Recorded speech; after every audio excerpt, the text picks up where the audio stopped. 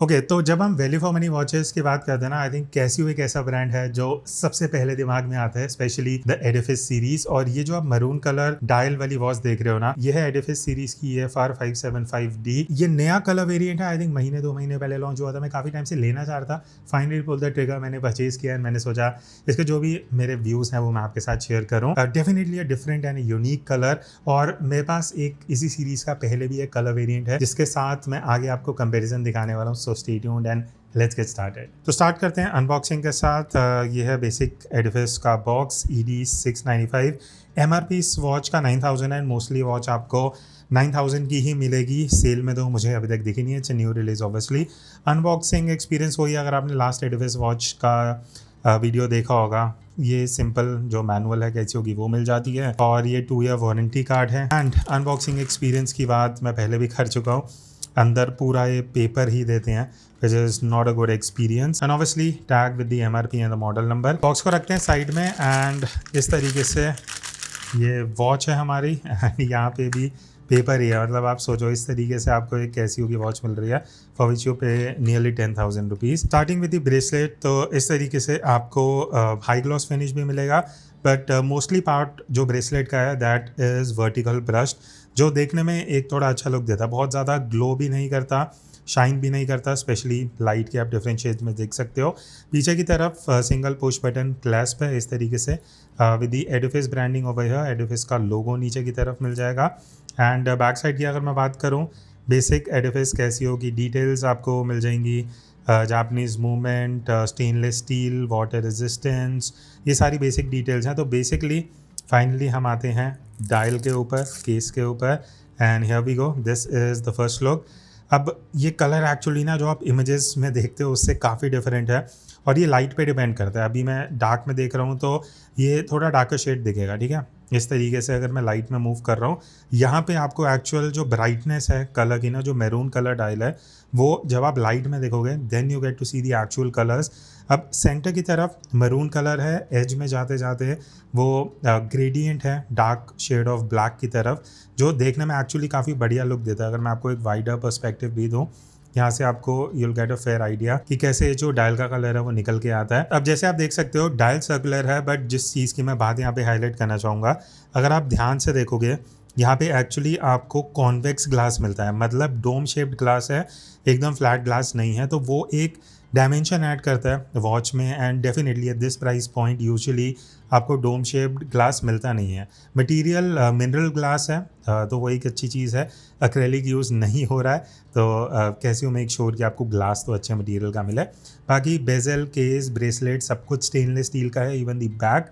अब यहाँ पे अगर आप अंदर की तरफ ध्यान दोगे, 12R की तरफ you have Edifice Casio branding. बाकी 3 सब डायल्स हैं। Now if you look closely, 6R की तरफ जो सब डायल है वो स्मॉलर है as compare to 3 and 9R वाला सब डायल। अब यहाँ पे आप देखोगे 2 पुशर्स हैं और एक क्राउन है।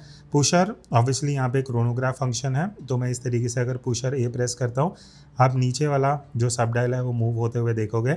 अब यहाँ पे जो आप ये देख रहे हो, this is basically for the minutes. अब यहाँ पे क्रोनोग्राफ के ही जो मिनट्स हैं वो यहाँ पे आपको मूव होते हुए दिखेंगे। राइट साइड में 24R के लिए है। तो जैसे मैं क्राउन को पुल करता हूँ, ठीक है, 2 बार पुल करना पड़ेगा टाइम सेट करने के लिए।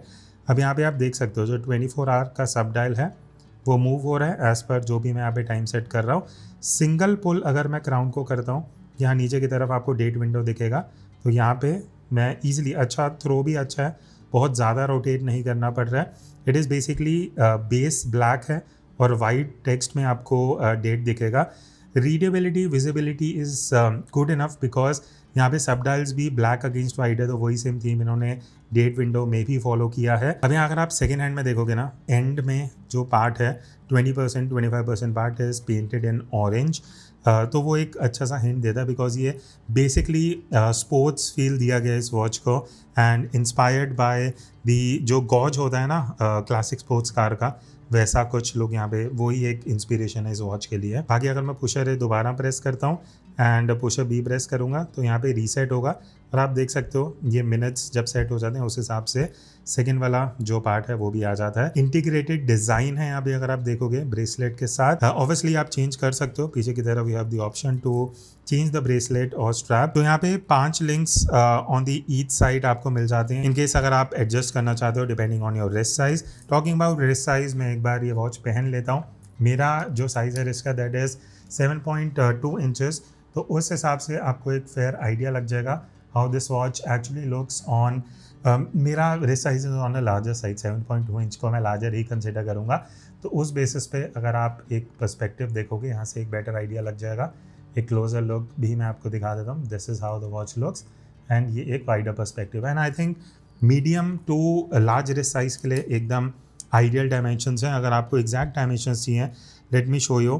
40.5 mm डायमीटर है, lug to lug height is close to 47.8 mm और सेंटर से अगर मैं थिकनेस देखूँ वॉच की तो अराउंड 12.6 के आसपास वॉच का थिकनेस है।